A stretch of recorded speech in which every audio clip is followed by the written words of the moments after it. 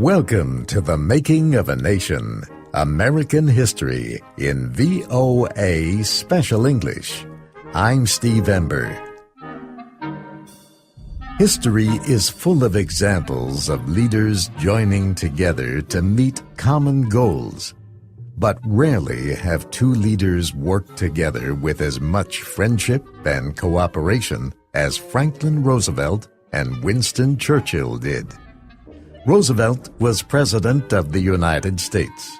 Churchill was Prime Minister of Britain. The two men had much in common. They were both born to wealthy families, and they were both active in politics for many years. Both leaders also shared a love of history and nature and the sea. Roosevelt and Churchill first met when they were lower-level officials during World War I, but neither man remembered much about that meeting. However, as they worked together during the Second World War, they came to like and trust each other. Roosevelt and Churchill exchanged more than 1,700 letters and messages over a period of 5.5 years. They met many times at large international gatherings and in private talks. But the closeness of their friendship might be seen best in a story told by one of Roosevelt's close advisors, Harry Hopkins. Hopkins remembered how Churchill was visiting Roosevelt at the White House one day. Roosevelt went into Churchill's room in the morning to say hello, but the president was shocked to see Churchill coming from the bathroom with no clothes on. Roosevelt immediately apologized to the British leader, but Churchill reportedly answered, "The Prime Minister of Great Britain has nothing to hide from the President of the United States."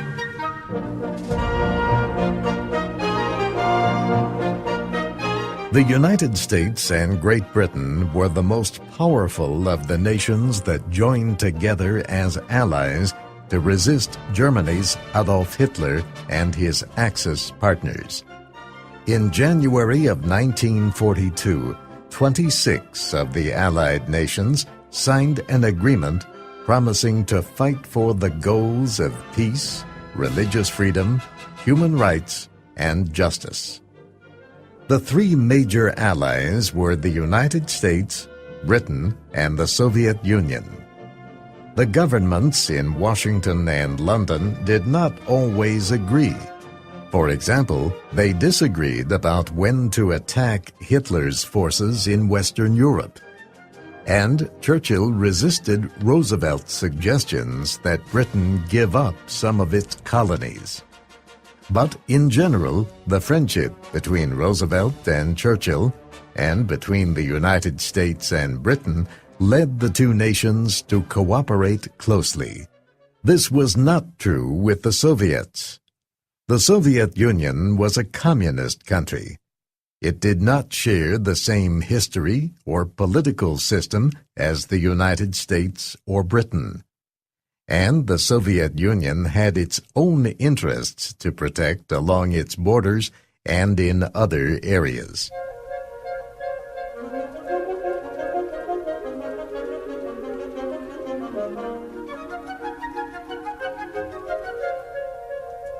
Relations between the Soviet Union and the Western Allies were mixed. On the one hand, Hitler's invasion deep into the Soviet Union had forced Joseph Stalin and other Soviet leaders to make victory over the Germans their most important goal. On the other hand, shadows of future problems could already be seen. The Soviet Union was making clear its desire to keep political control over Poland, and it was supporting communist fighters in Yugoslavia and Greece. These differences were not discussed much as the foreign ministers of Britain, the Soviet Union, and the United States gathered in Moscow in 1943. Instead, they reached several agreements, including on a plan to establish a new organization called the United Nations.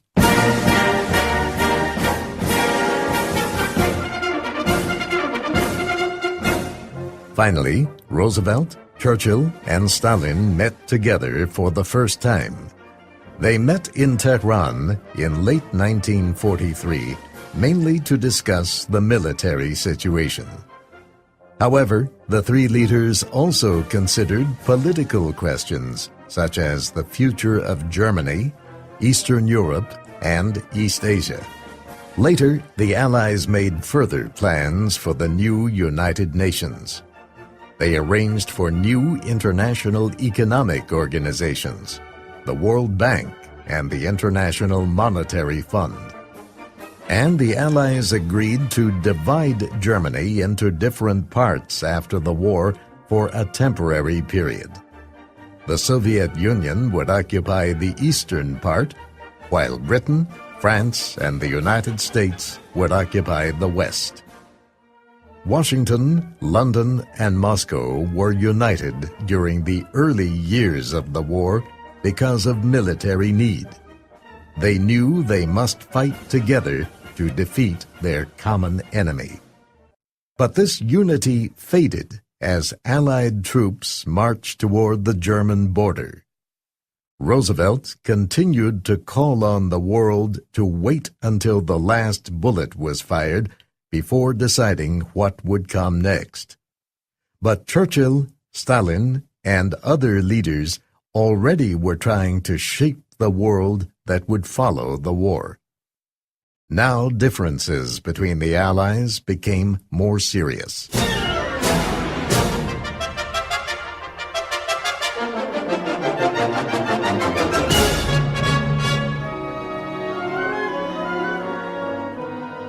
The most important question was Poland. Hitler's invasion of Poland in 1939 had started the war. Roosevelt and Churchill believed strongly that the Polish people should have the right to choose their own leaders after the war. Churchill supported a group of Polish resistance leaders who had an office in London. In 1940, Polish flyers had taken part in the Battle of Britain, piloting British warplanes against the German Luftwaffe. But Stalin had other ideas. He demanded that Poland's border be changed to give more land to the Soviet Union, and he refused to help the Polish resistance leaders in London.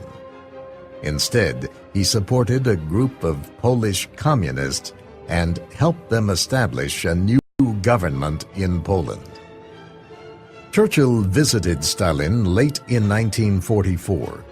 The two leaders met with Roosevelt a few months later in Yalta on the Crimean coast. All agreed that free elections should be held quickly in Poland, and they traded ideas about the future of Eastern Europe, China, and other areas of the world. Roosevelt was in good spirits when he reported to Congress after his return from the Yalta Conference. I come from the Crimea Conference with a firm belief that we have made a good start on the road to a world of peace. There were two main purposes in this Crimea Conference. The first was to bring defeat to Germany with the greatest possible speed and the smallest possible loss of Allied men. That purpose is now being carried out in great force. The German army and the German people are feeling the ever-increasing might of our fighting men and of the Allied armies, and every hour gives us added pride in the heroic advance of our troops in Germany, on German soil, toward a meeting with the gallant Red Army. The second purpose was to continue to build the foundation for an international accord that would bring order and security after the chaos of the war. It would give some assurance of lasting peace among nations of the world. That goal, too, in that goal, toward that goal, a tremendous stride was made. Roosevelt went on to say that the peace cannot be a completely perfect system at first, but it can be a peace based on the idea of freedom. Churchill had the same high hopes. He told the British Parliament after the conference that Stalin and other Soviet leaders wished to live in honorable friendship. "I also know that their word is honest," Churchill said. But as history proved, Roosevelt and Churchill were wrong about the Soviets. In the months after the Yalta Conference, relations between Moscow and the Western democracies grew steadily worse. The Soviet Union moved to seize control of Eastern Europe. Stalin began making strong speeches, charging that Washington and London were holding secret peace negotiations with Germany, and the Soviet Union refused to discuss ways to bring democracy to Poland. Churchill wrote later that he had always held the Russian people in high honor, but their shadow darkened the picture after the war. Britain and America had gone to war not just to defend the smaller countries, but also to fight for individual rights and freedoms. Churchill went on to say that the Soviet Union had other goals. Its hold tightened on Eastern Europe after the Soviet Army gained control, and Churchill said that after the long suffering and efforts of World War II, it seemed that half of Europe had just exchanged one dictator for another. Churchill and Roosevelt agreed in secret letters that they must try to oppose the Soviet effort. But before they could act, Roosevelt died, and the world began to live through a new war, the Cold War, in the years to follow. Roosevelt's death from bleeding in the brain also ended a deep personal friendship between two world leaders. Winston Churchill later wrote about hearing the news of the death of his close friend. "I felt as if I had been struck with a physical blow," Churchill wrote. He said he was overpowered by a sense of deep and permanent loss. The free world joined Churchill in mourning the loss of so strong a leader as Franklin Roosevelt. But it could not weep for long. War was giving way to peace. A new world was forming. And as we will hear in future programs, it was a world that few people expected.